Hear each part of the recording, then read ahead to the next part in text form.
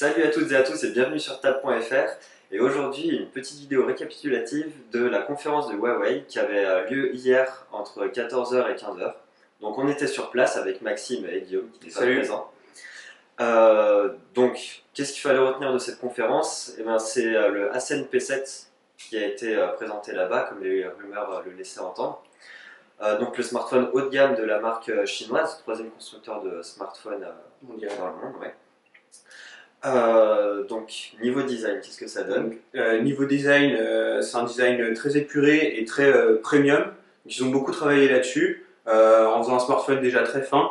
L'un des smartphones les plus fins au monde, puisqu'il fait seulement 6,5 mm d'épaisseur, avec un tour en alu, donc, comme on avait l'habitude de le voir sur le P6.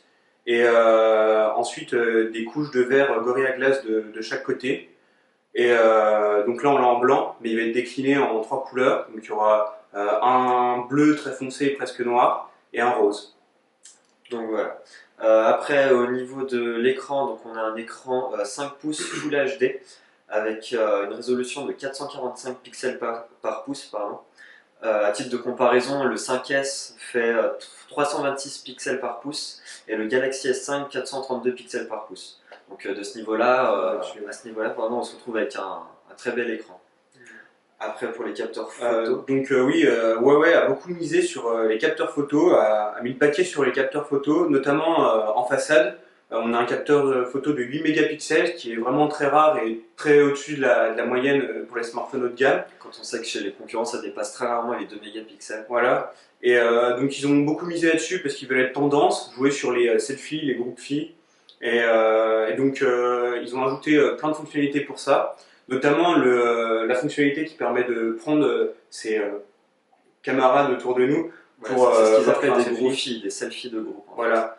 Et donc on se prend en photo et ensuite il suffit de décaler l'appareil photo de chaque côté pour prendre une photo un peu en panorama. On avait déjà vu ça sur d'autres téléphones, mais plutôt sur le capteur arrière, et ça rendait pas toujours très bien. Là, on a de très beau rendu avec ça. Et donc en arrière, on a 13 mégapixels. Donc 13 mégapixels, un capteur qui provient de Sony, un capteur 4e génération de la marque. Et Huawei avait promis de très belles photos, surtout en basse luminosité, où un processeur spécial en fait à l'intérieur du smartphone s'occupera de faire du traitement après la prise de photo pour avoir un rendu très lumineux. Ils ont bossé un algorithme exprès pour ça, et d'ailleurs ils ont fait des comparaisons avec les iPhones, et c'est vrai que la qualité d'image, ils ont fait des zooms, tout ça, pour qu'on voit quelle est la qualité de l'image. Et c'est vrai que c'est des très belles photos. Donc après, à voir en pratique, en basse lumière, tout ça, ils ont travaillé. Donc on va tester et on verra ce que ça donne, mais c'est assez prometteur. C'est ça. Un point important aussi de ce téléphone, c'est la batterie. Donc elle prend une place prédominante à l'intérieur du smartphone, elle est très dense. Et Huawei a annoncé donc 2 jours d'autonomie en utilisation normale, 1 jour en utilisation intensive, 6,5 heures de navigation web et 8 heures de vidéo. Voilà, ce qui est très raisonnable, oui, surtout dans le monde des smartphones. À préciser aussi qu'ils ont ajouté, comme Samsung sur leur Galaxy S5, l'Ultra Saving Battery, enfin Power, qui permet de conserver le téléphone encore une journée entière quand on est à 10%. Par contre, l'utilisation est limitée au contact, messages et téléphonie. On a un écran beaucoup plus sombre, tout ça, mais c'est correct, surtout si on tient réellement une journée avec seulement 10%, c'est plutôt bien. Voilà, c'est ça. Après, niveau caractéristiques techniques pures, on se retrouve avec un processeur quad-core cadencé à 1,8 GHz, 2 Go de RAM et une puce graphique, c'est la Mali 450.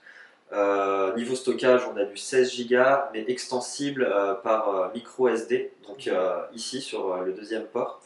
Avec cette extension micro SD, ils ont été très malins, Huawei, parce qu'ils ont, donc comme on peut le voir, là, il y a 2 slots. Il y en a un pour la carte SIM, une micro SIM classique, et un autre qui peut servir soit pour une carte SD pour étendre la mémoire, soit pour faire un dual SIM et mettre une deuxième carte SIM, mais une nano SIM cette fois, pas une micro SIM. Et donc c'est très malin parce que ça économise de la place, ça économise des slots, et chacun pourra faire comme il veut. C'est ça. Par contre, à préciser que le bémol, c'est qu'en France, on n'est pas sûr de pouvoir utiliser le deuxième slot pour pouvoir mettre une deuxième carte SIM. En fait, si on prend le smartphone en pack, donc avec un forfait chez Orange ou Bouygues Telecom par exemple, il y a de fortes chances que le deuxième slot en fait soit bloqué pour les cartes SIM qui servent juste d'extension de mémoire. Voilà. Ensuite, on a une connectivité. Ils ont beaucoup bossé la connectivité sur ce téléphone, énormément, notamment en ayant deux antennes. Donc, il y a une antenne principale et une deuxième antenne secondaire qui va permettre de mieux recevoir les réseaux. Donc, si on est en bout de ligne, on peut quand même recevoir la 4G. Ça promet d'être intéressant. Et aussi, à préciser, c'est que la 4G va être compatible dans le monde entier. C'est-à-dire que dans n'importe quel pays où vous allez, vous pourrez utiliser votre Huawei ACNP7. Voilà. Donc point très important.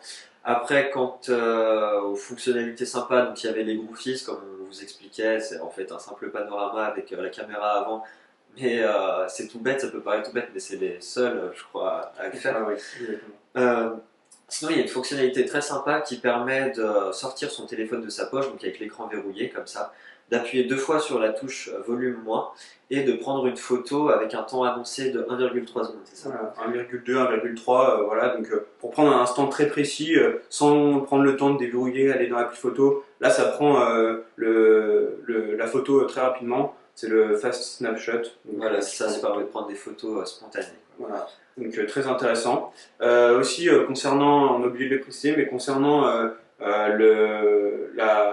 comment ils chauffent le téléphone, ils ont ajouté un système de refroidissement qui va permettre de descendre l'appareil jusqu'à 7 degrés en dessous du moment où vous l'utilisez et qu'il est en train de chauffer, pour justement qu'il ne devienne pas trop chaud. Et c'est un système de dissipation aluminium, je crois.